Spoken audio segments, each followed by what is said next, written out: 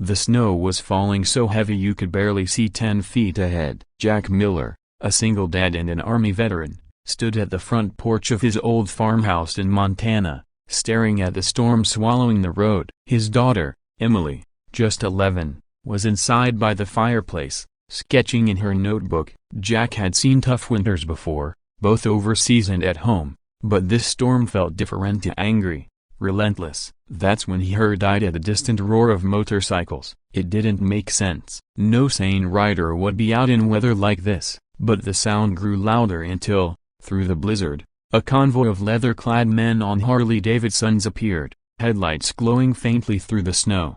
Hell's Angels. Jack's first instinct was caution. He'd worn the uniform, served in combat. He knew enough about brotherhoods, about reputations. These men weren't known for knocking on doors and asking politely, but as the bike slowed to a crawl and finally stopped in front of his farmhouse, Jack saw it in their eyes: of fear, exhaustion, and a desperate need for shelter. The leader, a burly man with a gray beard and eyes stuck to his leather vest, stepped forward. "Storm caught us," he said, voice hoarse. "Motels are all full or shut down. You got room for 15 freezing men?" Jack hesitated. Emily peeked out from behind the curtain, wide-eyed. He thought about saying number, about what kind of danger these men might bring into his home. But then he remembered Afghanistan, how a village family once opened their door to him and his squad when they were stranded, how kindness in the middle of chaos could mean survival. So Jack nodded. "Take off your boots. Leave the jackets by the door. Come in and warm up." The bikers shuffled inside, stamping the snow off, awkward in the presence of the little girl who kept stealing glances at them. They looked rough, intimidating, but they followed Jack's rules. Emily offered them hot cocoa. They sat on the floor and by the fire, their gruff laughter slowly softening as warmth returned to their bones. For hours, Jack listened to their stories of long rides, lost brothers, battles with demons that weren't so different from his own nightmares. Emily, fearless in the way only children can be, showed them her drawings. Big, tattooed men leaned in close to admire them, telling her she had talent. By morning, the storm had broken. The bikers thanked Jack, one by one, gripping his hand with a sincerity that surprised him. The leader looked him in the eye. "You didn't have to open your door, but you did. That means something." Jack shrugged.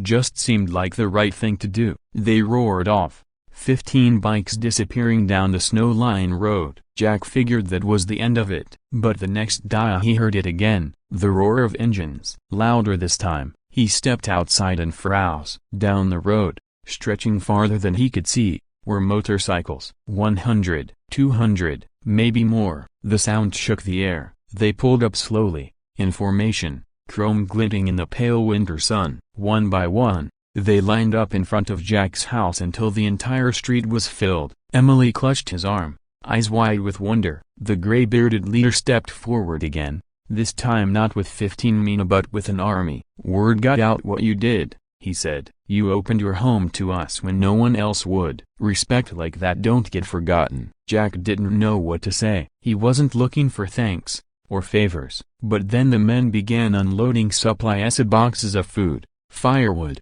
blankets. Some even carried in a brand new furnace, saying they'd noticed the old one struggling through the night. Emily ran out, her laughter echoing, as tough bikers knelt down to help her build a snowman. The whole scene looked unreal. Leather jackets, tattoos, and motorcycles mixed with the innocence of a child's play. Jack felt something he hadn't felt in years: a hope. He realized kindness has a way of circling back, that sometimes the people we fear the most are the ones with the deepest loyalty, the strongest sense of family, that opening a door in a snowstorm can open hearts for a lifetime. As the bikers rode off that evening, their engines fading into the horizon, Jack stood tall on his porch, Emily beside him. He wasn't just a veteran, or a single dad trying to get by. He was part of something bigger now, a reminder that humanity still shines, even in the unlikeliest places. And for the first time in a long time, Jack smiled, because sometimes, the smallest act of shelter can bring back the warmth of an entire world. That night, after the bikes had rumbled away and silence returned to the valley, Jack sat by the fire with Emily. She leaned against his arm, smiling wider than he'd seen in years. "Daddy," she whispered, I think we have a really big family now, Jack chuckled, ruffling her hair. Yeah, looks like it. But deep down, he knew it wasn't just about having Eliesa, it was about being seen. For so long after the army, he'd felt invisible, just another veteran trying to piece life together. But now, somehow, a single act of opening his door had turned into a bond that stretched far beyond blood. The following week, it became clear the Angels weren't done. Every day, one or two bikes would show up at the farmhouse. Sometimes they'd bring groceries. Other times, spare parts for Jack's old pickup. A few even offered to fix the roof, saying it didn't sit right that a soldier who'd fought for his country was living with leaks. Emily loved it most when they came in groups. She'd show them her new drawings,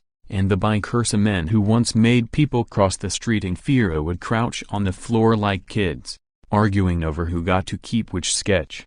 One afternoon, the gray-bearded leader showed up again. This time, he didn't bring supplies, he brought a gift, a leather jacket, small but perfectly stitched, with Emily's name embroidered on the back. On the front, a patch read, "Family." Emily's eyes lit up as she slipped it on, spinning in circles. Jack felt his throat tighten. The leader looked at him. "Your girl's safe with us, always. Doesn't matter where she goes. If she ever needs something, she's got 1,000 uncles." Jack swallowed hard. Words didn't come easy, but he managed. "Never thought I'd say this, but to Broken Bar you boys feel like home." The biker grinned. "That's a cause. Real family ain't about blood.